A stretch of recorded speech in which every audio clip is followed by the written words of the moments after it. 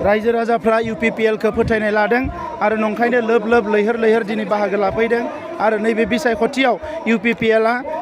गासैबो जि मासि जेराव जेराव बिजाथि होदों गासैबो मासियाव देरहानो थांगासिनो दङ आरो आसामाव मोनसे गोख्रों सरकार दानायाव UPPL-आ मोनसे मोजां जायगा आवग्रिगोन। आरो बेवहाय जेनेबा फ्रेन्डशिप गेलेनाय जादों BJP-खौ आरो UP-खौ दा बेयाव माबोरै बेवहाय माखासे सिटआव फ्रेन्डशिप गेलेदों नाथाय बेवहाय जायखौ रायजो राजाफ्रा अनगोन जायखौ रायजो राजाफ्रा दिनै बिसासाव लागोन बेनोनो रायजो राजाफ्रा भट होगोन आरो दिनै नैबे समाव UPPL-खौ रायजो राजाफ्रा फोथायनाय लादों UPPL-खौ रायजो राजाफ्रा अनदों बेनिखायनो UPPL-आनो नैबे बिसायख'थियाव देरहानो थांगासिनो दङ। हाग्रामा महिलारिया फार्स्ट पेज आरो सेकेन्ड पेजआव पासता नङाबा सयताल' देरहागोन होनना बुंदों BJP आरो UP-खौ मा बुंनो सानो? हाग्रामा महिलारिनि खोथाया जेबो भेलु गैया बिथाङा रायजो राजाफोरखौ थगायनोल' रोंगो आरो बिनि बादै जेबो रोङा बिथाङा दिनै राजखान्थि खालामनायनि नामाव बेपार खालामगासिनो दङ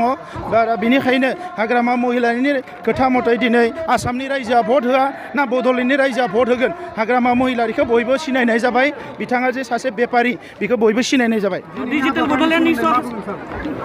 मा होनदो दिनैनि हाबाफारिया साक्सेसफुल जादों आरो बेवहाय दिनै UPPL दोलोनि बिजाथिया जे देरहागोन बेयो रोखा जाबाय। चिरां जिल्लायाव मैया डिजिटेल बड'लेण्डआ फोरमायदि मानसि जायाखै होनना मोनदों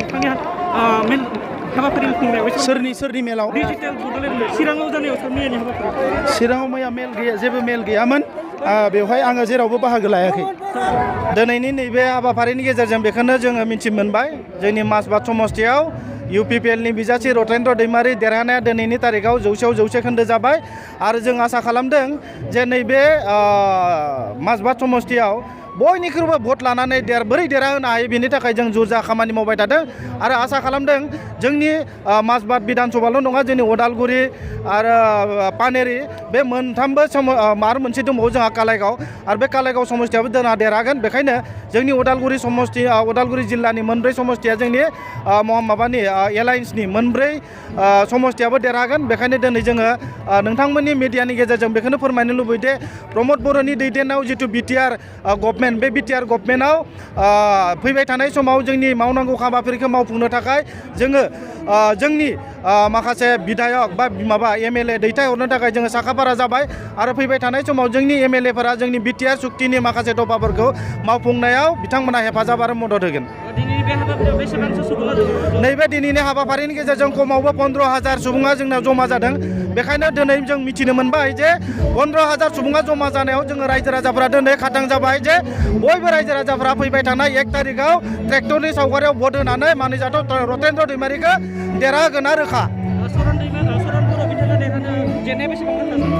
दिनैनि नैबे हाबाफारिनि गेजेरजों मिथिखाबाय जे एबारै फैबाय थानाय 1 तारिखखालि बिथांमोना रायजो राजाफोरा ट्रेक्टरनो भट होनानै नांगोलखौ बिदाय होनो थाखाय साखाफारा जादों आरो जों मिथिबाय जे जोंनि नैबे माजबाद समस्तियाव जोङो खमावबो 15,000निफ्राय 20,000नि डिफारेन्सआव UPPL-आ देरहागोना रोखा।